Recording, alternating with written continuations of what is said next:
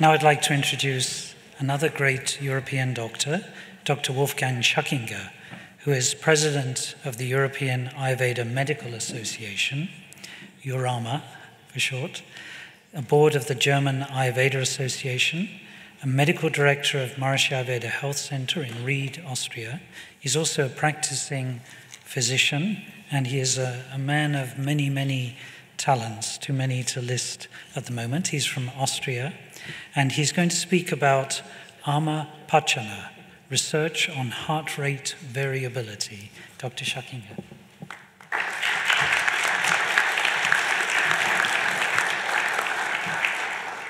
Thank you very much for inviting me. I want to thank all the organizers, and it's a really great joy to be in this conference, and I feel very honored to be on this dais with these very great Vaidyas and knowledgeable professors. My topic will lead us to something very simple, and I want to start with a question. How many of you are actually consulting patients in their daily practice? So it's almost everybody. And how much time do you take for your first consultation with the patient? 60 minutes? 90 minutes? 2 hours? Yes, this is what I often hear. It's very, very long consultations. And my personal experience is that patients are not able to grasp so much from their first session. So my feeling is it's better to have the first consultation short and have the patient come back in if it's possible. And for the first consultation, give the patient something that really knocks at his door, that really brings a change into his mind and physiology. And this is a procedure that I've started in my practice. It's the Ama Pachana treatment. So we have heard about different lines of treatment. We have heard about Rasayana, Shamana, and Shodhana treatment. And we have heard that Shodhana, the Panchakarma treatment, has one prerequisite, and this is the Ama Pachana and Agni Dipana. So before we can eliminate toxins, ama or bring the doshas in balance, we have to loosen the ama in the physiology and strengthen the Agni. Otherwise, it's not possible to really bring the balance into the physiology. And we all know what ama is. It's the undigested food. It's the impressions that we take in and that are the cause of imbalance. Ama is blocking the shrotas and is bringing imbalance to the doshas, and is the reason why the 6 stages of diseases are taking place. And this is one of my favorite charts. We see when we take in food, the food has to be digested by Agni, and this takes time. And when the Agni is working properly, the result is that the food is transformed into dhatus and ojas. And when the Agni is deranged in some way, through stress, through improper food habits, the digestive process cannot be finished, and some unfinished products remains. And this is the ama, literally the uncooked in our physiology.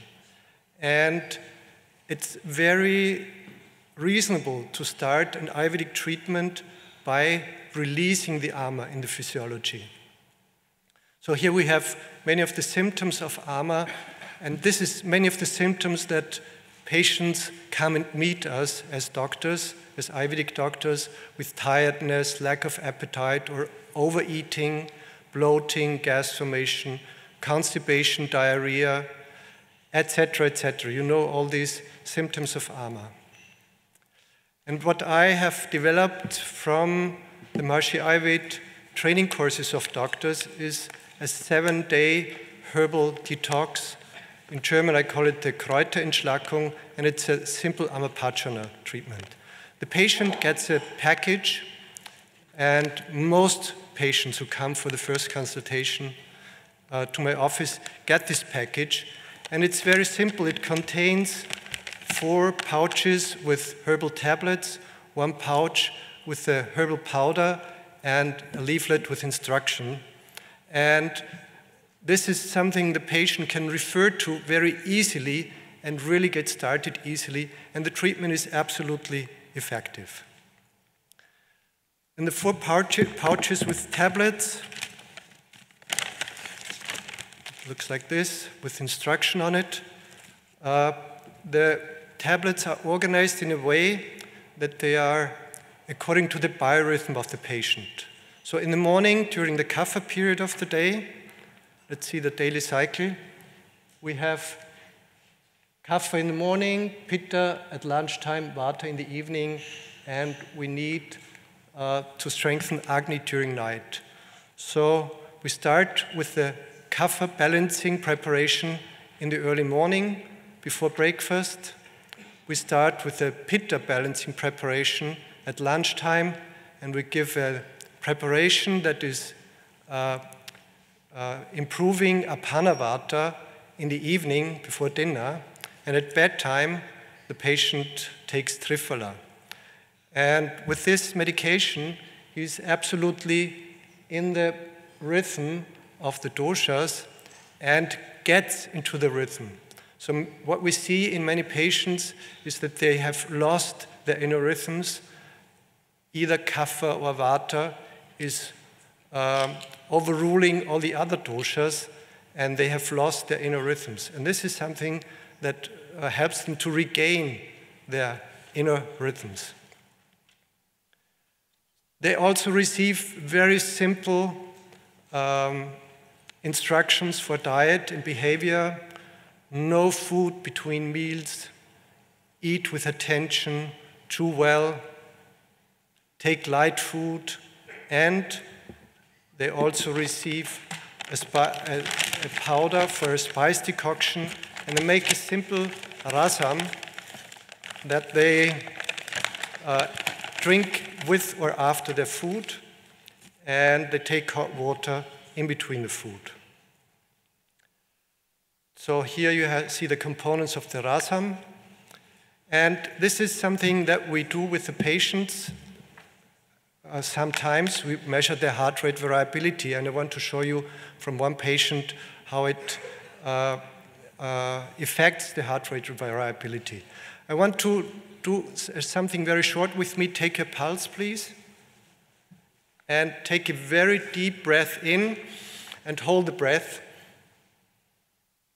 Then take a deep breath out and have your attention on the pulse. Can you notice some difference in the pulse when breathing in and breathing out? What is the difference? Let me summarize. It's faster when you breathe in, and it gets slower when you breathe out. And this is the basis for heart rate variability. So our heartbeat seems rhythmical, but actually it's not non-rhythmical. And the healthier we are, the greater is the difference between breathing in and breathing out. And this is because the autonomic nervous system influences our heart rate.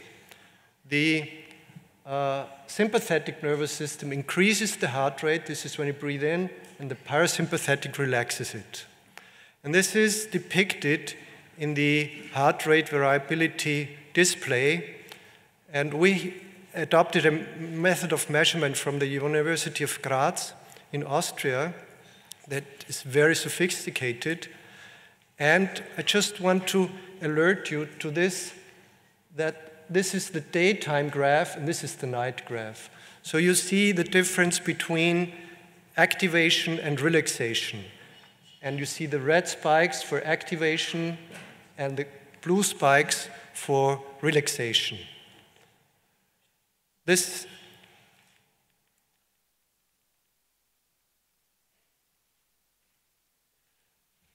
here you can see a patient who is very well in his biological rhythms with blue spikes and a distinct night difference. And here's somebody who is sympathotonic all day and all night, no relaxation at all, no blue spikes. Now we had a patient who is very close to burnout with insomnia, and you can see his HRV, no difference between day and night. It's all the same all the time. And he did Amapachana for 7 days, and you can see that there's a difference between day and night after these 7 days, so he regained his biological rhythms. Now this treatment is not only for insomnia or problems of the autonomous nervous system. It can be given in so many different cases in any accumulation of AMA, and this is basically 90% of our patients, in Amavata, in deranged Agni, in metabolic syndrome and diabetes, in overweight, and it's an effective start for treatment of almost every patient. It's also a very good treatment in recurring infections, in tiredness, in burnout syndrome, and I give it very often in between courses and after finishing chemotherapy and or radiation, and the cancer patients really have a very great benefit from this treatment.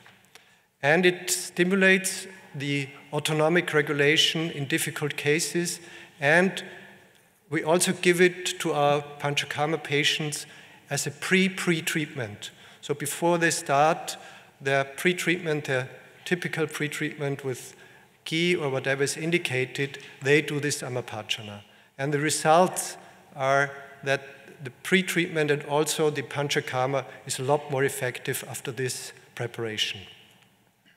There are a few contraindications because it's heating. When there's a lot of pitta, we cannot give it, but generally it's possible to be given for a great number of patients. I want to conclude in time. It's a very good start for the patient, and it makes the first consultation much shorter because you have a package to give the patient, you have a good start, and it's easier to enter the patient's heart when he has finished successfully a treatment at home and comes back. Now, this is something that should be really done very often, but I see in my practice it's almost impossible. And this is something that should be really studied, and we need a lot more scientific studies, actual scientific studies. And I feel that this is something we really should go for, but it needs funding, and these words are in the direction of Ayush to really support Ayurvedic research in Europe, in the Western countries, because this is what will open the closed doors to the healthcare systems, because public health is in the hands of doctors, and we can only bring them on our side when we have top scientific research. And this is one of the possibilities, and University of Graz would be very, very happy to join in, but they also need funding. So thank you very much, and enjoy the Congress.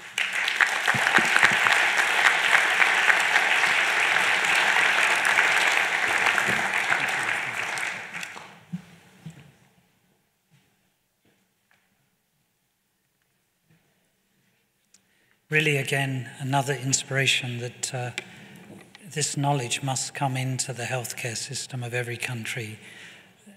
With such practices, it's beautiful the way you've been deeply into this whole area of Amapachana, and so essential for the treatment of any disorder. So thank you, Wolfgang, for this inspiration and also the encouragement that really this should be in the healthcare system.